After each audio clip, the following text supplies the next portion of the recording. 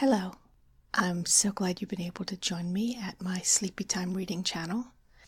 Today we're going to move on with part 2 of chapter 1 of Etiquette, which is how you give a dinner party, or how you attend a dinner party. Now that the guests are safe in the haven where they would be, namely the dining room, let us consider the next points of etiquette. First, as to the saying of grace. Grace ought always to be said before and after dinner. If a clergyman is present, he would naturally be asked to say grace by his host or hostess. Should no clergyman be there, the host or hostess, or whoever may be deputed to act as host, would say it in a clear but low voice, those assembled bending their heads reverently meanwhile. Most wrongly, I think, it is a custom that, especially at large London dinner parties, is nowadays very often omitted altogether, or at the most said at the beginning of dinner. In the country it is always said, and its neglect in London is another proof of the change in society of late years, as far as many good, old-established customs are concerned. At least, people might be conservative as far as altering the time-honored question of what is right is concerned, and not be shy or ashamed of repeating the words of thanks for their daily food that is their heritage for centuries. The long gloves worn by most ladies now at dinner parties are inconvenient but de rigueur. A lady, on sitting down to dinner, would make room first for her soup plate by unfolding her serviette and placing it on her lap. Of course, she would place her bread on her left hand, not on her right, or she and the gentleman next to her would always be taking the same piece of bread or the same roll. Then the lady would take off her long gloves, placing them, with her fan and handkerchief, on her lap. The gentleman equally places his bread on his left hand and his serviette across his knees. On no account should it be tucked into the waistcoat. No lady removes her gloves until she sits down to dinner. The first thing the lady would do, after she had taken off her gloves, would be to consult the menu and mentally make her choice of those dishes she intended to partake of, so as not to refuse those she wished to eat, which would probably otherwise be the case, as hardly any one could eat everything on the menu at a large dinner. Therefore, determine what you intend to eat, drink, and avoid as soon as you have taken your seat. Menus are of all sorts, sizes, and descriptions nowadays. One to every couple is the proper allowance, and they are placed just in front of the guests, so that they have no trouble in consulting them. Sometimes menus are simply cards with printed courses such as soup, fish, etc., in gold or colored letters, the names of the dishes being filled in writing by the chef or the lady of the house. Others are china slates enclosed in silver or plated frames and written on in pencil, which washes off, and is therefore to be commended. Some are square, some heart-shaped, others take the form of small screens. China butterflies, china flowers, etc., are used as menu holders, and to some a small glass or china vase is attached, with a bouquet of flowers in each, which are appropriated by the ladies at the end of dinner. Fancy may run riot in the way of menus and their holders. Many people paint their own designs on china, cards, and gelatine or ivory, leaving a space for the dishes. No matter whether your party is large or small, menus ought always to be provided, for the comfort and instruction of those invited. At a small dinner, say of 6 people, 4 menus or even 2 would be enough. Those numbers must increase in proportion to those who are expected. It does not matter whether there are 4 dishes or 14. Menus are indispensable. They are as necessary in a small dinner as an elaborate one, and their appearance is a necessary etiquette at either, and a polite attention to the guests. Sometimes people take some seconds to decide which kind of fish or meat they will take. This is a mistake. It does not answer to keep the servant waiting who asks you which you will have, thick or clear soup, venison or saddle of mutton, salmon or filet de sole. He has other people to attend to besides you, and it would prolong dinners indefinitely if everyone exhibited the corresponding amount of indecision. At dinner, as in everything else in life, people should be prompt. It is certain that if you do not know what you wish, no one else in the world probably does, decidedly not the footman who waits your good will and pleasure. If you can only afford to keep a parlour maid, let her be dressed in a plain black material or silk dress, white cuffs, collar, apron and cap, with a bow of black velvet. At large dinners, of course, the footman and under butler are in livery, either ordinary or state livery, according to the kind of dinner you are giving. The butler, groom of the chambers, and valet appear in ordinary evening clothes. On no account allow your servants to wear white cotton gloves, which is often permitted by those who do not know that such is not etiquette. They are never worn in any gentleman's house. Soap and water are cheap enough, and clean hands must be peremptorily insisted upon, though this is occasionally a matter of some difficulty with servants who have not previously been well trained. But a butler who knows his place will see that the hands of his subordinates are clean and neat. On no account allow the servants to eat onions before waiting at dinner. Dinner tables may be long or round or oval or square. Long and round ones are the most used. They are the favorites. Lazy people, to avoid carving, or those who carve badly, and they are the rule, have adopted the Russian fashion of dîner à la Russe.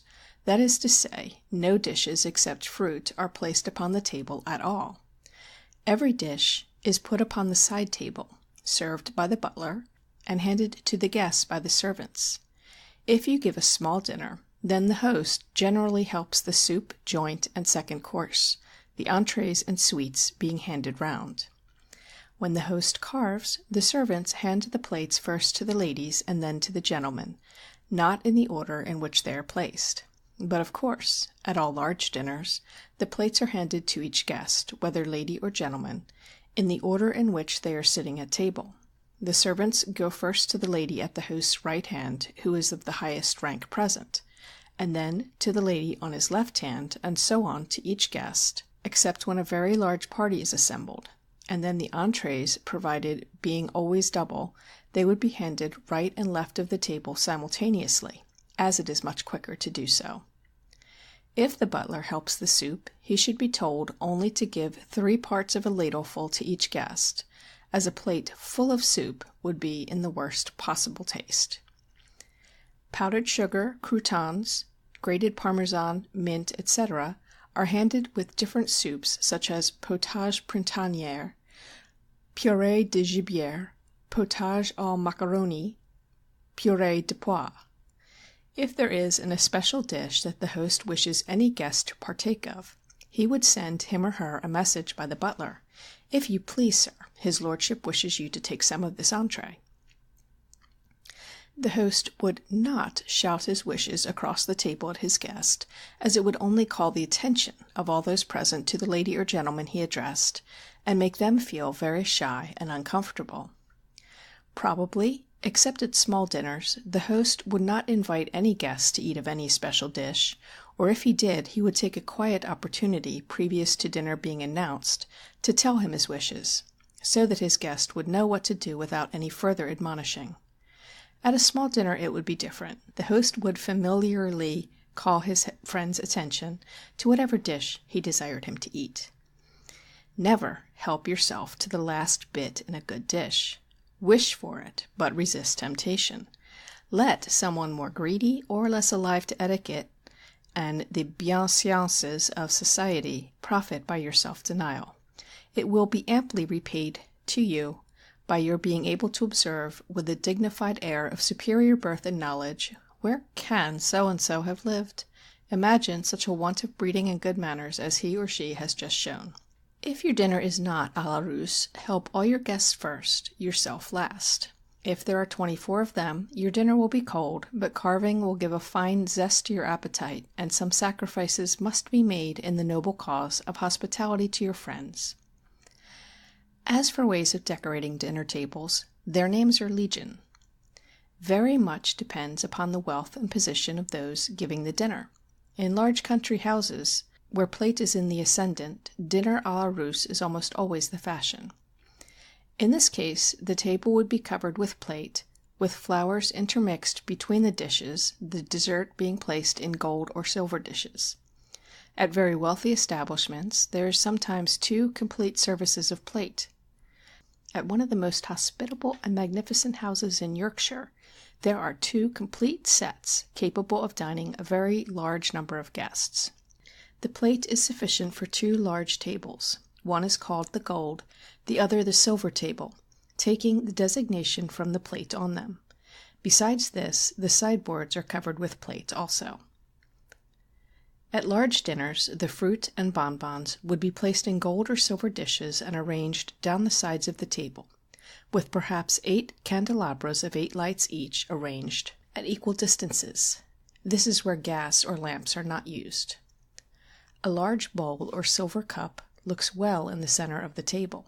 It may be filled with fruit or flowers. The candles would be shaded by colored silk or paper shades, as nothing is more disagreeable than a light straight in the eyes of the guests at dinner. That should always be avoided, and where lamps are used, they should also have shades. The same if a gas lamp is suspended over the table. It should have a silk shade, say, a crimson one, as that is the most becoming, and the shade should be trimmed with a very deep silk fringe of the same color. At dinner, light should be thrown on the table, not in the eyes of the guests, who otherwise would be half blinded by the brilliant light of perhaps 64 wax candles. They are the most becoming lights to have, but the glare from them is terrible unless care is used in shading them. When this is omitted, guests are put to great inconvenience by their close quarters to the candles, and what should be a pleasant dinner proves to be quite the contrary. To make wax candles give a steady light, tell your servants to light them 10 minutes before dinner is announced, as that gives them time to burn up properly. It would not look well to marshal your guests into dinner and find that the candles were giving a dull flickering light, in some cases going out altogether.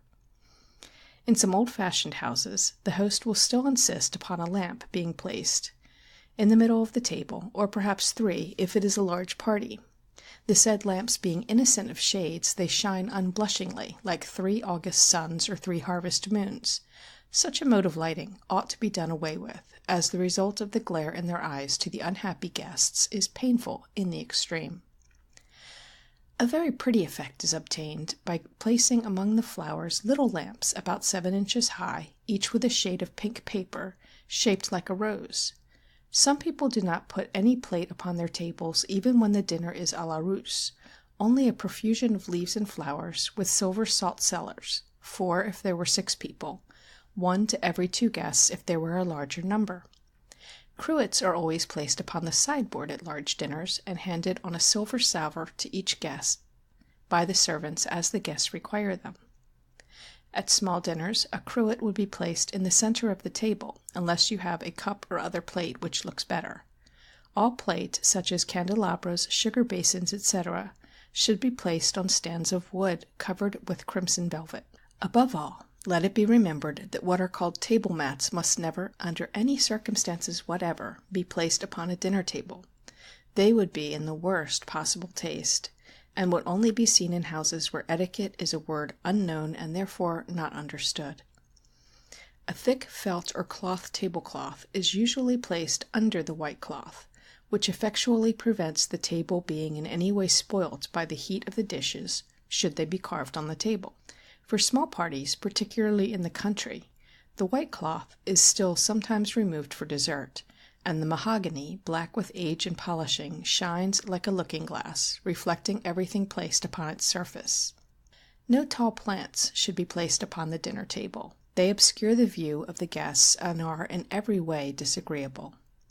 Pots of flowers may be used. They should be placed in silver or china pots and be low enough for people to see over them. In table decoration, everything used should be of a very medium height. Forests of plants, like one used to see formerly, are quite out of date. It is impossible to make conversation general, or gaze with admiration at your vis-à-vis if tall plants obscure the view. People have to crane their necks round the offending flowers when such is the case, in order to see their neighbors and hear what they have to say, and the effect is the reverse of becoming. Taste rules decorations, not etiquette, though at the same time there are certain rules to be observed if you wish to establish your knowledge of the latter. The next most important consideration is a list of the things placed for the use of each guest and the etiquette or proper manner of availing yourself of them. Each person has a cover laid for them. The word means the cloth, plates, and other things generally used at a meal. A plate with knife, fork, and spoon. A cover, whether the number of guests be large or small, always consists of the following: a silver knife and fork for fish, a tablespoon for soup, 3 large forks, 2 large knives, a glass for sherry, 1 for claret, 1 for champagne, and, where the butler knows that this wine will be drunk, 1 for hock. Glasses for brandy and soda, and tumblers are placed upon the sideboard so that they are ready if required. But they are seldom used at dinner parties, certainly but rarely at large dinners, unless any of the guests may be ordered to drink any special beverage that needs soda, seltzer, or any other mineral water and ice to be mixed with it. The serviette is placed between the knives and forks, not at the side. The bread is placed in the center. There are various ways of folding serviettes, but the simplest is the best.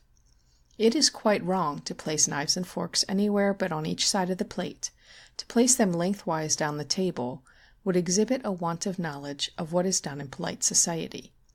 Small knives, forks, and dessert spoons are not placed on the table with the cover, but one handed to each guest on a plate or salver, when the sweets are offered to them. And extra knives and forks are provided for each person after they have used those placed before them in the first instance. Even at small dinners the number of dishes exceeds the first quantity of knives and forks provided, and at large dinners it is necessary to hand round many more, as it is impossible in the first instance to say how many dishes each guest will partake of, whether they will be prudent or greedy. Therefore the cover is laid with reasonable amounts of knives and forks to start operations with. For soup, tablespoons are always used. A dessert spoon would be entirely wrong, quite out of place. In raising the spoon to the lips, place the fingers under the handle, the thumb at the top, and drink the soup from the side of the spoon. Do not put it straight into your mouth, and don't clutch your spoon as if you would never let it go again. The dessert spoon, everyone knows, only comes into use for dessert or for eating fruit, custards, pastry, etc. In short, for any dish that is too light to be eaten with a fork. Whenever forks can be used, etiquette ordains that it is more in accordance with good manners to use them than spoons. The French call a tablespoon cuillère à bouche or cuillère à soupe, thus plainly designating the purpose for which it is used. Cuillère à ragoût is a gravy spoon and is simply used for helping gravy. Cuillère à thé, a teaspoon. Cuillère à pâte, a ladle, while cuillère simply means spoon, a table utensil for partaking of liquid food. Thus each kind of spoon is used for a specific purpose, and should never be used except for that one. A grave error would be committed by using a dessert spoon for tea or a tablespoon for anything else but soup. Now for fish.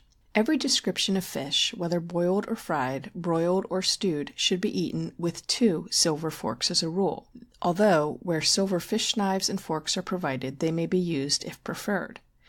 The old custom of a fork with a large piece of bread to assist the fork in conveying the food to the mouth is an impossibility nowadays, and anyone committing such an offense against etiquette would at once be relegated to the ranks of those who are only members of polite society by sufferance, not by birth and knowledge of what is usually done on such an occasion. Spoons are never used for fish except for water souchet, when a spoon is essential. Otherwise it is impossible to benefit by the water and vegetables, one of the chief ingredients in this dish. Knives are only used when roast or boiled joints, venison, poultry or game, or pies of any description are placed before you, or for eating cold meats and tongue and game or game pies. On no account ever put a knife into the mouth, either in eating meat or cheese. It would be a mark of unpardonable vulgarity. No well-bred person, whether lady or gentleman, would ever dream of committing such an irreparable offense against all the accepted canons of etiquette and good taste. To use a knife in such a manner would display an amount of ignorance that it would be simply quite impossible to overlook. and anyone being guilty of such a solecism would find the number of their dinner invitations in polite society gradually dwindle, until from being small by degrees and beautifully less, they must finally cease altogether. In the same way, peas must always be eaten with a fork, never with a knife, although you may use your knife to help push them onto your fork, as they are not easy at the best of times to get onto the fork. They are never eaten with a spoon. On no account take the bone of a chicken or grouse up in your fingers with the avowed intention of picking at it. Such a mode would be extremely vulgar. You must cut the meat off close to the bone if it is a wing or leg. A leg should be cut into 2 pieces and a wing divided at the wing joint, by which means you eat the white part of the wing first, then, dividing the wing bones in 2, you cut the meat off clean to the bone, which picks them quite as effectually as placing them in your mouth would do, without causing you to commit a grave breach of etiquette. If both meat and vegetables are placed upon the fork at the same time, they should be used in very sparing quantities, as to overload your fork is a great mistake. It is in the best taste to eat each separately, as doing so avoids the appearance of hurry and greediness, which is most objectionable. There is a great art to eating properly. Some people gobble their food until the only thing one can compare them to is a turkey being stuffed for Christmas. Such a way of eating is most unbecoming, and gives the rest of the guests a very unpleasant sensation. Do not eat as if you had not dined for a week. Of the 2, eat as if you had partaken of dinner only a short time before. At the same time, do not open your mouth some seconds before you would put your fork or spoon into it. That would be very vulgar. But open your mouth just as your fork touches your lips. Eat small mouthfuls, not large ones. This rule applies to ladies and gentlemen equally, especially to very young people. As a rule, ladies eat in a prettier way than gentlemen. One reason may be that, as a rule, the latter are more keen about the fare spread before them than the former, although, of course, gourmands are numbered in the ranks of the fair sex as well as among those of the lords of creation. The best way of eating is simply to raise your fork quietly to your lips. Do not place it on one side or straight in the middle of your mouth. Use your hand naturally, and do not bend and twist it until the fork touches your lips. If necessary, a toothpick would be asked for at the end of dinner. No one would use a fork for that purpose. It would be a terrible breach of etiquette. Bread would be broken into small pieces, taken in your left hand, and so placed in the mouth. It would not be cut with a knife. Each time you wanted to eat any, a small bit would simply be broken off every time. It would be very vulgar to drink while your mouth was full. You must finish the meat or pastry, or whatever it may be first, and then drink your wine or champagne, or water or beer. No servant who knows his work would hand you a dish if you were just raising a glass to your lips, nor would he put a plate before you. He would wait until you had put your glass down, and then he would first change your plate, then hand the dish to you. For all made dishes, or entrees as they are called, such as croquettes, rissoles, quenelles, pâtés, suprême de volaille, etc., the fork alone is used, never a knife. The latter is quite unnecessary and decidedly out of place, so that its use would be a very vulgar act. Knives are really only used with any dish that requires to be cut, such as cutlets, oxtail, filets de beef, grenadines of veal, hashed venison, or beef. For these and similar dishes a knife is requisite. Sweetbreads are never eaten with a knife, for if they are properly cooked they are so tender that a knife is quite wrong and out of place. Any mince with poached eggs or puree of meat, game, or poultry is also eaten with a fork only. It is usual to eat salads with both knife and fork, mayonnaise also. Omelets, both savory and sweet, are eaten with the fork alone. Toasted cheese or Welsh rarebit with the fork and knife, which would also be used for most savories, such as sardines on toast, bloaters, anchovy toast with poached eggs, all kinds of devils, ham toast.